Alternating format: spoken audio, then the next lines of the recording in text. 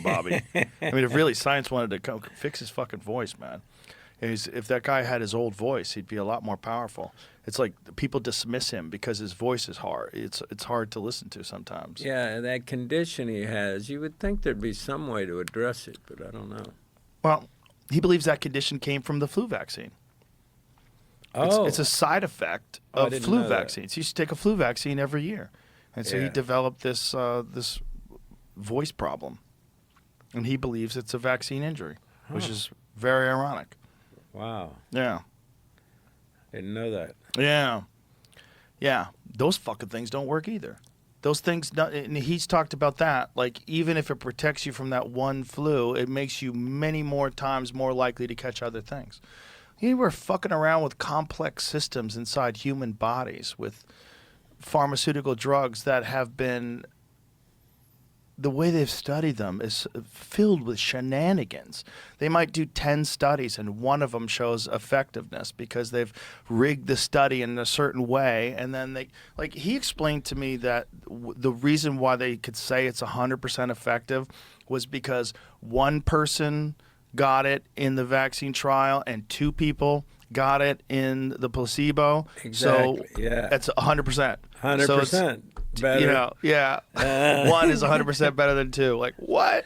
That's correct. No, that's not. 100% means nobody gets infected, you fucking assholes. That should be a law. That should be a crime to explain things like that. I had this guy on who was, he litigated against pharmaceutical drug companies, particularly against Vioxx, when they released this anti-inflammatory medication Vioxx, and some 50 to 60,000 people died from it. A friend of mine got a stroke from Vioxx. This guy was saying that when you hear peer-reviewed studies, when they do a vaccine study, or a pharmaceutical drug study, they don't even give the peer reviewers the raw data.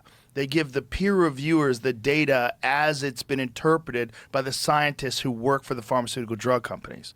So they review it, and then they give their version of it to these other scientists who are already on the payroll. They're all NIH funded. Everybody's together. Everybody's all in the loop. Everybody's dependent upon whether or not they're going to receive grants and funding. It's all based on Fauci, and that's how you find out whether or not something is good or bad. It's all rigged. Yeah. And when he was explaining, I'm like, that can't be real. And he's explaining to us, showing us how it works. And it's corrupt. It's fully, completely, totally corrupt. And if anything Bobby can do, it's make sure that we have valid studies, valid, real, peer-reviewed studies on everything that people are supposed to be taking. Let's find out what the fuck is really good for you, because it's not like all pharmaceutical drugs are bad. A lot of pharmaceutical drugs have helped people, saved people's lives, enhanced people's lives, cured diseases. There's a lot of stuff that's great. Let's find out what it is, what's real and what's bad, and why